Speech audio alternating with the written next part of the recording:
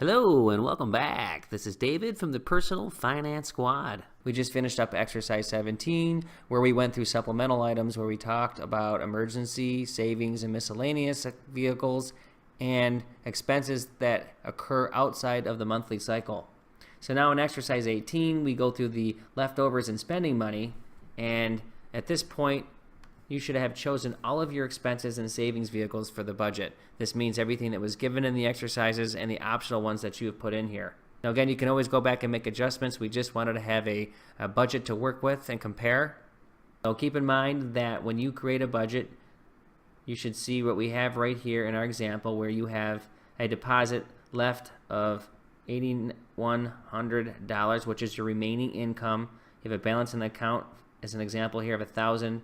So you have a subtotal of 91 and your remain is 91. So that means remain is all leftover expenses. And we say expenses loosely because expenses are also optional, because when we talk about the savings vehicles, those are optional, just as all expenses, but the other ones that you've committed to, such as a rent payment or a car payment or a satellite cable bill, that's what we're talking about. This is everything combined, so you should have all your expenses and all your income equal zero when you start a budget. And at every given point in the budget, you need to make sure that you balance out to have a zero number down here in this leftovers item. So now the last piece that you need to consider is that, do you have a positive balance in your leftovers? And we just said no. So the next thing should be, at this point in your budget, do you have any money left over in the spending category?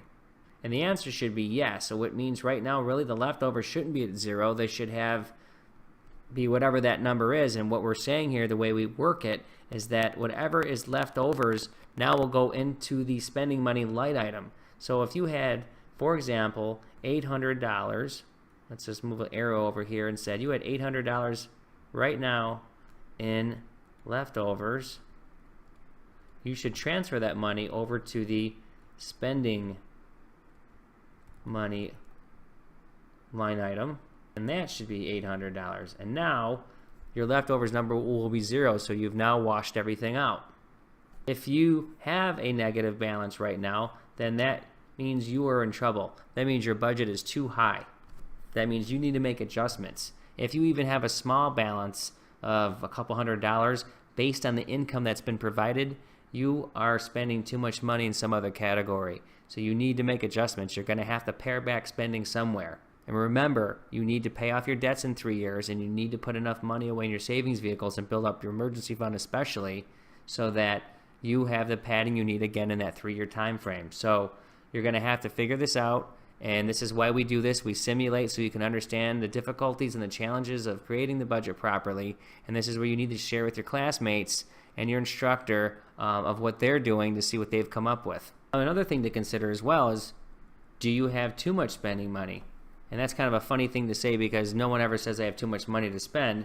But in your budget, let's just say you have $1,500 left over in the spending money. That is probably too much, because you need to consider that you are paying down debts such as your credit card and student loan.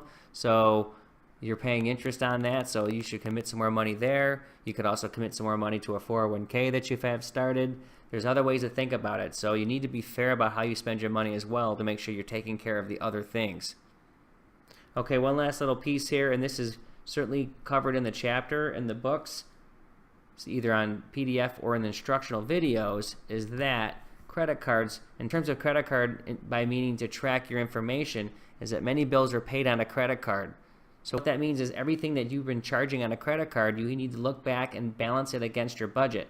So if your phone bill was paid against a credit card, for example, that means your balance that would go from 0 to 200, but that means in your budget you're going to have to go cancel out that $200 in the budget, and then that means you still need to pay the credit card. So again, this all washes out. This is very heavily covered in the book, and so you need to add a line item for a credit card in your budget right now. You can have it as a zero. And then again, you can simulate with your classroom instructor and determine which bills you would like to go toward the credit card, and you can change the number if you want. But either way, again, you need to make sure that it's a wash, and just know in real life with credit cards, you have to watch them. Just because you charge on it doesn't mean that you're not going to pay on them. You have to zero those out at all times in any given month. So look at the example video in the budget, and we'll go through some of these things that we've discussed here, and it'll be a little more easy to understand. So we appreciate you being here, and we were going to see you in exercise 19, where we cover the supplemental spreadsheet.